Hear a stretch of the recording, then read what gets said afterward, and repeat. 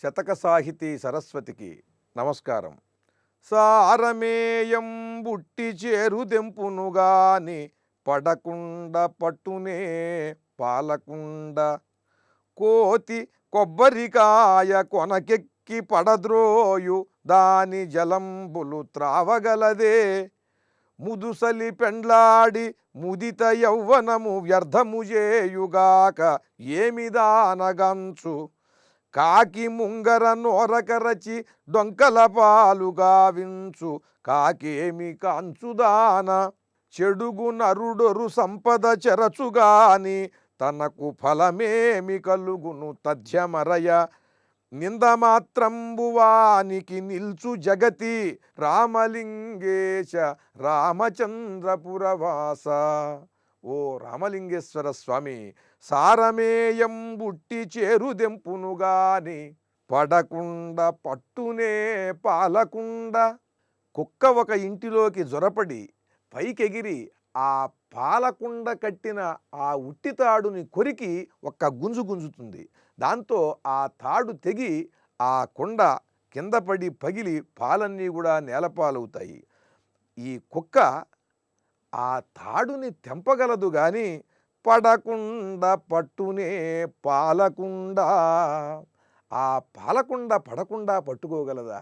తాడుని తెంపగలదు గాని ఉట్టిలో ఉన్న పాలకుండ పడకుండా ఒలికిపోకుండా కింద పడి పగలకుండా పట్టుకునే నైపుణ్యం దీనికి ఉందా? లేదు. అలాగే దుర్మార్గుడు ఒక మంచివాడిని బాధ పెట్టగలడే గాని వాడికి ఏమాత్రమైనా సరే సహాయం చేయలేడు. వాడు సహాయం తనంతట తాను చేసుకుంటున్నా సరే వీడు వెళ్ళి చెరుపుతాడు.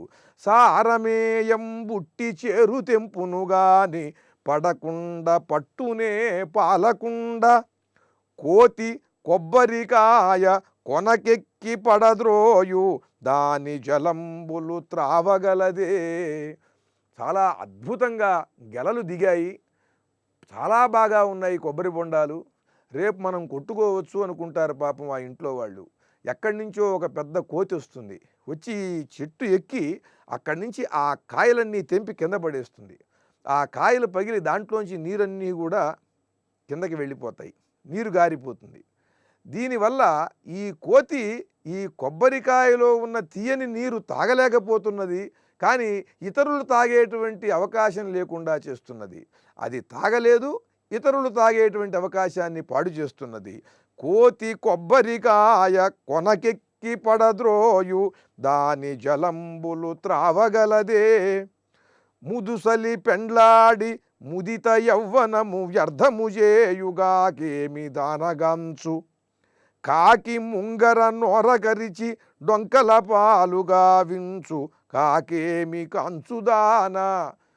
ఆడవారు తమ ముక్కు పుడక, ఈ దుద్దులు ఇటువంటివి తీసి అవి ఏ గోడ మీదో ఏ పక్కన అరుగు మీదో పెడతారు.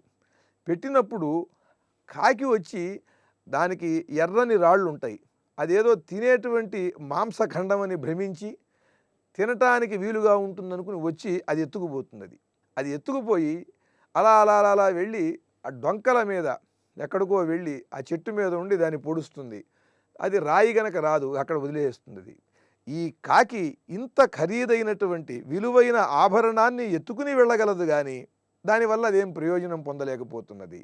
అదేవిధంగా చెడుగు నరుడు ఒరు సంపద చెరచుగాని, అదేవిధంగా దుర్మార్గుడైన వాడు ఇతరుల అవకాశాలను పాడు చేయటం, వారి వస్తువులను కాజేయటం, కాజేసిన వాటిని అనుభవించలేకపోవటం జరుగుతుందే తప్ప వాడికి ప్రయోజనం ఉండదు. కానీ నింద మాత్రం వాడికి ఈ ప్రపంచంలో మిగిలిపోతుంది. వీరు పొందేదేమీ లేదు అంటూ వారిని చురకలు వేస్తూ సమాజంలో భక్తులైనటువంటి వారు వీరికి జాగ్రత్తగా దూరంగా ఉంటూ నిర్మలమైనటువంటి మనస్సుతో నిశ్చలమైన జ్ఞానంతో ఆ పరమేశ్వరుణ్ణి ఆరాధిస్తూ సాగాలని లోకోక్తులతో సుభాషితాలతో చక్కని శతకాన్ని మనకు అందించిన ఆడిదము సూరకవి రామలింగేశ శతకంలోని మరి ఒక పద్యాన్ని రేపు ఉదయం తెలుసుకుందాం. ఓం నమః శివాయ.